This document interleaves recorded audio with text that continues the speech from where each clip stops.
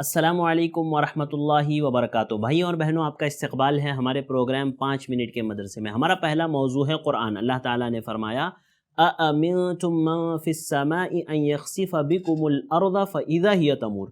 کیا تم اس بات سے بے خوف ہو گئے ہو کہ آسمان والا تمہیں زمین میں نہ دھسا دے اور اچانک زمین لرزنے لگے؟ اللہ تعالیٰ یقیناً اس بات پر قادر ہے کہ وہ کافروں کو ان کے کفر کی وجہ سے ہلاک و برباد کر دے، لیکن مخلوق کے ساتھ اپنے لطف و کرم اور رحم و مہربانی اور غایت حلم و بردباری کی وجہ سے ان سے عذاب کو ٹال دیتا ہے، انہیں توبہ کا موقع دیتا ہے۔ یہ اللہ رب العالمین کا جو ہے حلم ہے، یہ اللہ رب العالمین کی بردباری ہے، یہ اس کی رحمت ہے۔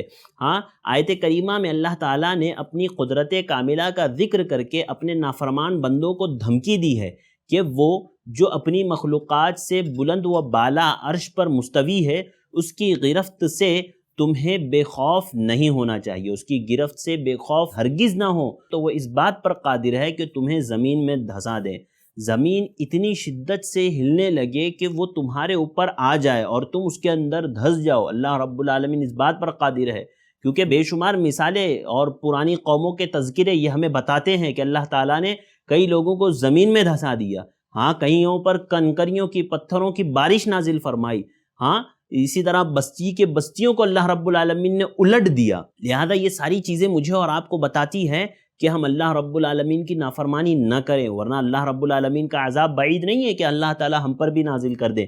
لہذا مجھے اور آپ کو چاہیے کہ ہم سمجھیں ان باتوں کو، گناہوں سے بچیں، اپنی زندگیوں میں سدھار لائیں اور قرآن مجید کی تلاوت یاد رکھیے، تھوڑا تھوڑا ہر روز کیجیے تاکہ ایمان میں اضافہ ہوتا رہے۔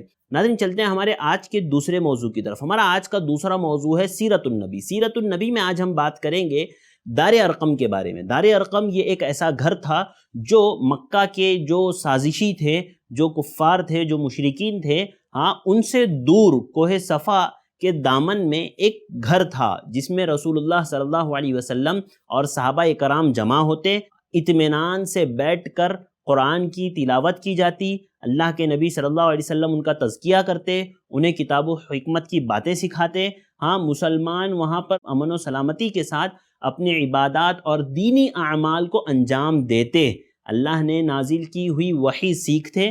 جو اسلام لانا چاہتا وہاں پر آ کر وہ خاموشی سے مسلمان ہو جاتا تاکہ وہ مشرکین کے ظلم و ستم کا شکار نہ ہو۔ یہ بات یقینی ہے کہ اگر رسول اللہ صلی اللہ علیہ وسلم اس کے بجائے مسلمانوں کے ساتھ کھلم کھلا سب کے سامنے سرے عام اگر مشرکین کے سامنے اکٹھا ہو کر کے اگر آپ یہ تعلیم دیتے تو یقیناً مشرکین اپنی پوری قوت و شدت کے ساتھ اس بات کی کوشش کرتے کہ آپ کو روکے ان چیزوں سے، اسلام کتاب و سنت کی تعلیم دینے سے روکے اور سارے نیک اعمال جو وہ کرتے ہیں، اسلام قبول کرتے ہیں، اس سے روکے۔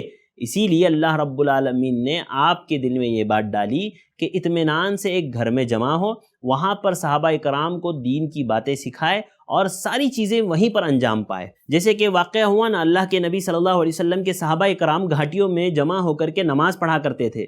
ایک بار کفار قریش کے کچھ لوگوں نے دیکھا تو گالی گلوچ کرنے لگے، لڑائی جھگڑے پر اتر آئے ان کے ساتھ۔ جواباً حضرت سعد بن ابی وقاص رضی اللہ تعالیٰ عنہ نے ایک شخص کو ضرب لگائی جس سے خون بہنے لگا۔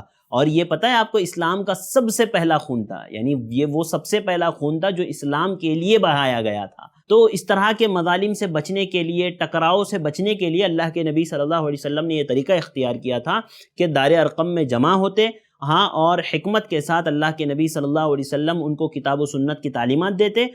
نبی کریم صلی اللہ علیہ وسلم علی الاعلان سارے اعمال کرتے تھے، آپ نماز پڑھتے تھے، دعوت و تبلیغ کا کام کرتے تھے، اور باہمی اجتماعات وغیرہ کرتے تھے، لیکن جب صحابہ کرام کا تعلق ہوتا تو آپ وہاں پر دار ارقم میں کرتے تاکہ صحابہ کرام کو کوئی پریشانی، کوئی تکلیف نہ ہو۔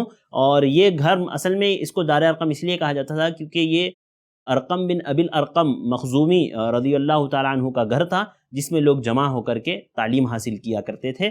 تو یہ ایک سبق ہے میرے آپ کے لیے بھی کہ وہ بھائی ہمارے جو اسلام لا چکے ہیں اور ان کو اسلام لانے کے بعد اسلامی تعلیمات پر عمل کرنا مشکل ہو رہا ہے، تو وہ آسانی کے ساتھ اپنے جو ہے گھر وغیرہ میں اس عمل کو انجام دے سکتے ہیں۔ اس طرح سے حکمت کے تحت جو بھی ممکن ہو وہ راستہ آسانی سے اختیار کیا جا سکتا ہے۔ یہ چند باتیں تھیں ناظرین جو میں نے آپ کے سامنے رکھی، امید کرتا ہوں آپ لوگوں کو پسند آئی ہوگی۔ آپ ہمارے ویڈیو کو لائک کریں، کمنٹ کریں، شیئر کریں، ہمارے چینل کو سبسکرائب کرنا نہ بھولیں۔ انشاءاللہ پھر ملاقات ہوگی کچھ اور باتوں کے ساتھ۔ مجھے دیجیے اجازت۔ السلام علیکم ورحمۃ اللہ وبرکاتہ۔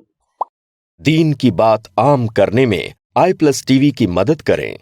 پے ٹی ایم یا گوگل پے کے لیے ہمارے نمبرز پر ٹرانسفر کریں۔